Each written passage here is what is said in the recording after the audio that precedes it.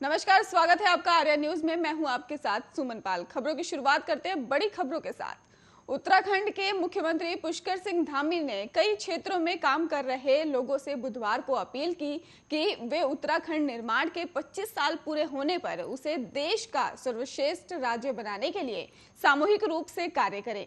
और उत्तराखंड का गठन 9 नवंबर 2000 को हुआ था और धामी ने राज्य के 21वें स्थापना दिवस पर हल्द्वानी में एक कार्यक्रम को संबोधित करते हुए कहा कि राज्य का विकास एक सामूहिक यात्रा है। इसमें न केवल सरकार बल्कि जनता का हर वर्ग शामिल होगा। पुष्कर सिंह धामी ने कहा कि आज हम एक संकल्प लेते हैं कि उत्तराखंड के लिए मिलकर काम करेंगे ताकि 2025 में अपने अस्तित्व की रजत जो जयंती है, वर्षा है, उस पर यह संदेश नवंबर तक एक राज्य बन जाए। धामी ने कहा कि प्रधानमंत्री नरेंद्र मोदी ने भी कहा है कि आने वाला दशक उत्तराखंड का होगा और इसके लिए राज्य सरकार पूर्ण रूप से प्रतिबद्ध है। उन्होंने कहा कि इस दशक की शुरुआत में ही विकास की जो रफ्तार हमने पकड़ी है उसे हम गतिमान रखेंगे। इस साल राज्य के स्थापना दिवस को सप्ताह भर लंबे उत्तराखंड महोत्सव के रूप में मनाया जा रहा है और इसे हल्द्वानी में आयोजित समारोह इसी का एक हिस्सा भी बताया गया है। धामी ने कहा कि राज्य सरकार विकास के नाम पर कोई राजनीति नहीं करना चाहती है। उसके द्वारा की जा रही हर घोषणा को पूरा किया जा रहा है। उन्होंने कहा कि अगर हम राजनीति कर रहे होते तो पतंगनगर शिडकुल का नाम पूर्व मुख्यमंत्री दिवंगत नारायण दत्त तिवारी के नाम पर ना रखते या मंगलवार को राज्य स्थापना दिवस पर शुरू किए गए उत्तराखंड गौरव सम्मान के लिए उनका नाम ना चुनते। मुख्यमंत्री ने कहा कि पंडित तिवारी के राज्य के विकास में योगदान को सभी ने माना है। उन्होंने इस मौके पर नैनीताल जिले में मौजूद बलूटी गांव का नाम तिवारी के नाम पर रखने की भी घोषणा की और इसके साथ ही तिवारी का जन्म इसी गांव में हुआ था, ये भी कहा।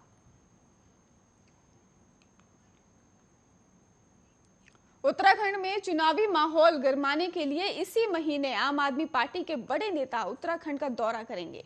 दिल्ली के मुख्यमंत्री अरविंद केजरीवाल, उप मुख्यमंत्री मनीष सिसोदिया और भगवंत मान उत्तराखंड आ सकते हैं और आप पार्टी 2022 के चुनाव की तैयारियों में जुट गई है। प्रत्येक विधानसभा क्षेत्र में संगठन को मजबूत करने के साथ ही पार्टी की ओर से रोजगार गारंटी यात्रा निकाली जा रही है और पार्टी ने अब तक 31 विधानसभा क्षेत्रों में प्रभारी नियुक्ति कर दिए हैं, जो विधानसभा क्षेत्रों में पार्टी की मजबूती के लगातार काम कर रहे हैं। उन्होंने कहा कि राज्य में चुनाव का बिगुल बज चुका है। इसी के मद्देनजर दिल्ली सरकार के कई मंत्री और पार्टी के अन्य बड़े नेता भी उत्तराखंड दौरे पर आएंगे, जो प्रदेश के अलग अलग विधानसभाओं में जाकर पार्टी की कार्यकर्ताओं का उत्साह बढ़ाएंगे। इधर सलमान खुर्शीद के खिलाफ दिल्ली पुलिस से शिकायत की गई है। उनके ऊपर आरोप है कि उन्होंने हिंदुत्व की आतंकवाद की तुलना से कर उसे बदनाम करने की कोशिश की है। खुर्शीद की किताब सनराइज ओवर अयोध्या में टिप्पणी के खिलाफ ये शिकायत दर्ज कराई गई है। विवेक गर्ग नाम के दिल्ली के वकील ने दिल्ली पुलिस कमिश्नर से शिकायत करते हुए केस दर्ज करने का भी अनुरोध किया है। देश में हिंदुत्ववादी राजनीति के प्रभाव की चर्चा करते हुए सलमान खुर्शीद लिखते हैं, मेरी अपनी पार्टी कांग्रेस में चर्चा अक्सर इस मुद्दे की तरफ मुड़ जाती है कि कांग्रेस में एक ऐसा तबका है जिन्हें इस बात का पछतावा है कि हमारी छवि अल्पसंख्यक समर्थक पार्टी की है और ये तबका हमारी लीडरशिप की जनेऊधारी पहचान की वकालत करता है। इन्होंने अयोध्या पर आए फैसले पर प्रतिक्रिया देते हुए ये घोषणा कर दी कि अब इस स्थल पर भव्य मंदिर बनाया जाना चाहिए। इस रुख ने निश्चित तौर पर सर्वोच्च न्यायालय की ओर से दिए गए आदेश के उस हिस्से की अनदेखी की जिसमें मस्जिद के लिए भी जमीन देने के निर्देश दिया गया था।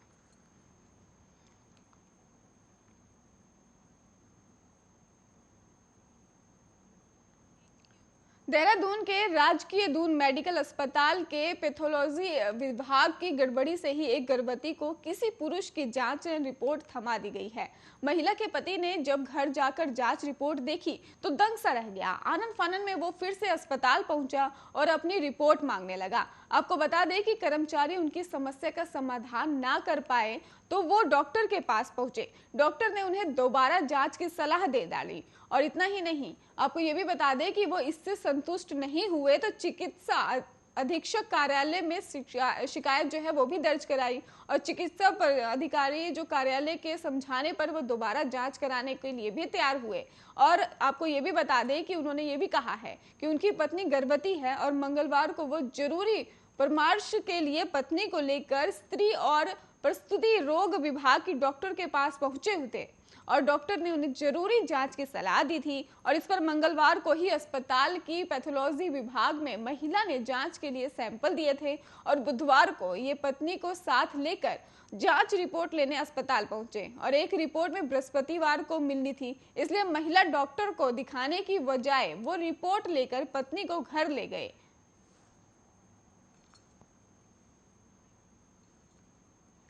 आपको बता दें कि पत्नी की जगह पर पुरुष का नाम सामने आया था, जिसके बाद से ये जांच की जा रही थी। और इतना ही नहीं, इस रिपोर्ट को लेकर फिलहाल जांच अभी फिलहाल की जा रही है, लेकिन युवक की जो पत्नी है उसको जांच रिपोर्ट नहीं मिली है। और आपको ये भी बता देते हैं कि अभी पुलिस भी मामले की जांच में जुट चुकी है। और वहीं बढ़ते हैं दूसरी खबर की ओर, जहां पर आपको बता दें कि बद्रीनाथ धाम में बुधवार रात को एक अनियंत्रित कार ने महिला तीर्थयात्री को टक्कर मार दी। इसके बाद महिला ने मौके पर ही दम तोड़ दिया और पुलिस ने उक्त कार सीज कर दी है। और थाना अध्यक्ष सत्येंद्र सिंह ने बताया कि रात को महिला तीर्थयात्री बस अड्डे की ओर जा रही थी, तभी अचानक बद्रीनाथ आस्था पथ पर एक तेज रफ्तार कार ने महिला को टक्कर मार दी।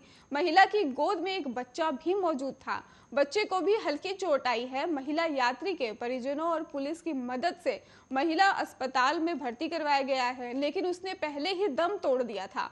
पुलिस मामले की जांच में जुट गई है। वहीं बद्रीनाथ धाम में ही इन दिनों तीर्थयात्रियों की संख्या में फिर से इजाफा हो गया है। बुधवार को 2040 तीर्थयात्रियों ने भगवान बद्रीनाथ के दर्शन किए और 20 नवंबर को बद्रीनाथ धाम के कपाट शीतकाल के लिए बंद हो जाएंगे। 15 नवंबर से धाम के कपाट बंद होने की प्रक्रिया भी शुरू हो जाएगी।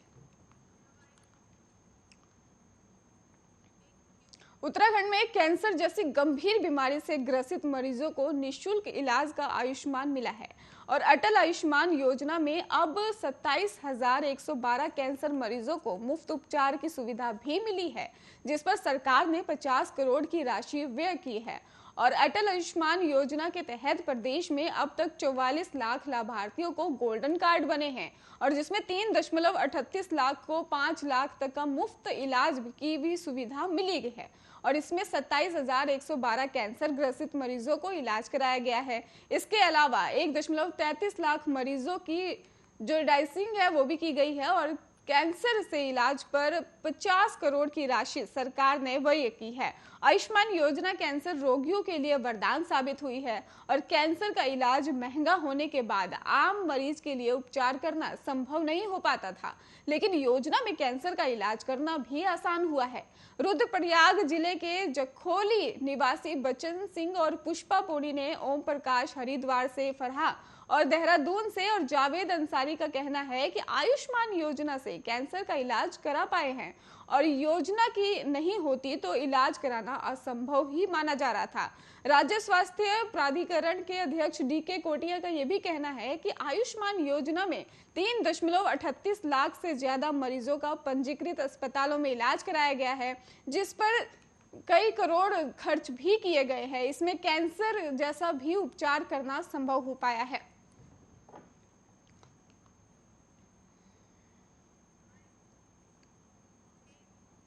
कुंभ में कोरोना जांच फर्जीवाड़े में पंत दंपति की गिरफ्तारी होने के बाद अब एसआईटी ने अन्य 2 नामजद आरोपियों की गिरफ्तारी के लिए भी शिकंजा कसना शुरू कर दिया है। जांच में फर्जीवाड़े के असली मास्टरमाइंड समेत 3 अन्य लोगों के नाम भी सामने आ रहे हैं।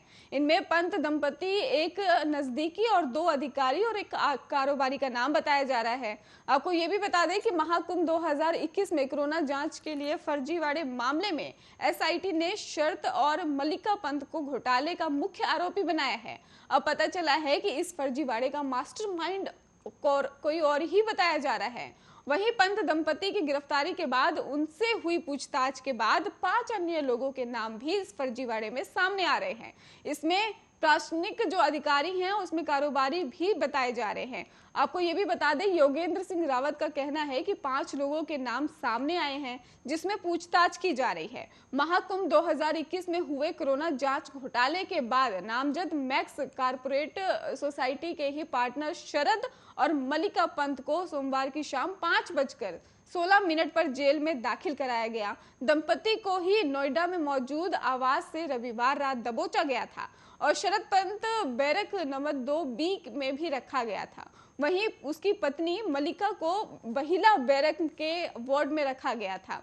रात के समय अन्य बंदियों के साथ ही दोनों ने खाना खाया। हालांकि पंत दंपति ने अपने साथ बंद अन्य बंदियों से ज्यादा बातचीत नहीं की है।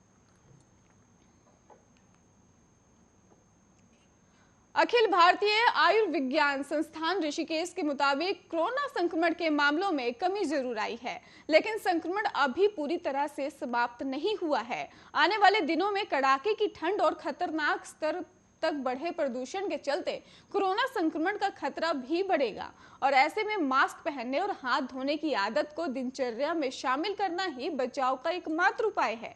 मौसम विभाग का पूर्वानुमान ये भी है कि इस साल उत्तर भारत के कड़ाके की ठंड पड़ेगी और तापमान 3 डिग्री के न्यूनतम स्तर पर गिरने की भी संभावना है।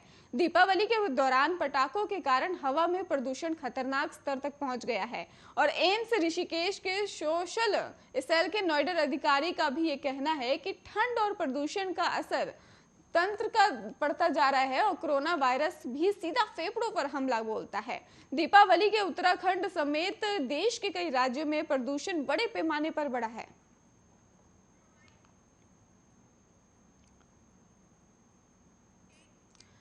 तीर्थ नगरी की बात की जाए, ऋषिकेश में खतरनाक स्तर तक बढ़े प्रदूषण के दुष्ट जो परिणाम है वो सामने आने लगे हैं।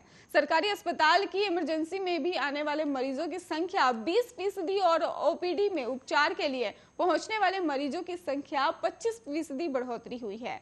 अधिकांश मरीज सांस लेने में तकलीफ, सीने में जलन, खांसी आदि की शिकायत के साथ अस्पताल पहुंच रहे हैं और शहर में प्रदूषण के बढ़ते स्तर को देखने के लिए वहां पर काफी ज्यादा लोगों को चेताया भी जा रहा है। दीपावली के दिन ऋषिकेश में एक्सआई की बात की जाए तो वो खतरनाक हो गया है और इससे मरीजों को काफी ज्यादा परेशानी का भी सामना करना पड़ रहा है। बता दें आपको, दीपावली के बाद से ही जो प्रदूषण का स्तर है वो लगातार बढ़ गया है, जिससे लोगों की परेशानी और ज्यादा बढ़ गई है। इतना ही नहीं, लोग ज्यादा बीमार भी होने लग गए हैं। इन मरीजों को सांस लेने में दिक्कत हो रही है। वहीं आपको ये भी बता दें कि सांस लेने में दिक्कत के कारण वो अस्पताल भी पहुंच रहे हैं, जहां पर उन्हें काफी ज्यादा छाती में जलन, खांसी, जुकाम और गले में दर्द, आंखों में जलन ऐसी शिकायतें आ रही हैं। वहीं अस्पताल के सीएमएस डॉक्टर विजय भारद्वाज ने प्रदूषण के बढ़े हुए स्तर के बीच बच्चों, बुजुर्गों और गर्भवती महिलाओं को विशेष ध्यान रखने की सलाह दे डाली है। उन्होंने कहा है कि बच्चों और बुजुर्गों की रोग प्रतिरोधक क्षमता कम होती है, ऐसे में वो प्रदूषण के जो दुष्ट प्रभाव है उसकी चपेट में आ सकते हैं। उन्होंने कहा कि बच्चों, बुजुर्गों और महिलाओं को इसका प्रदूषण को लेकर खुद को सलामत रखने की जरूरत है।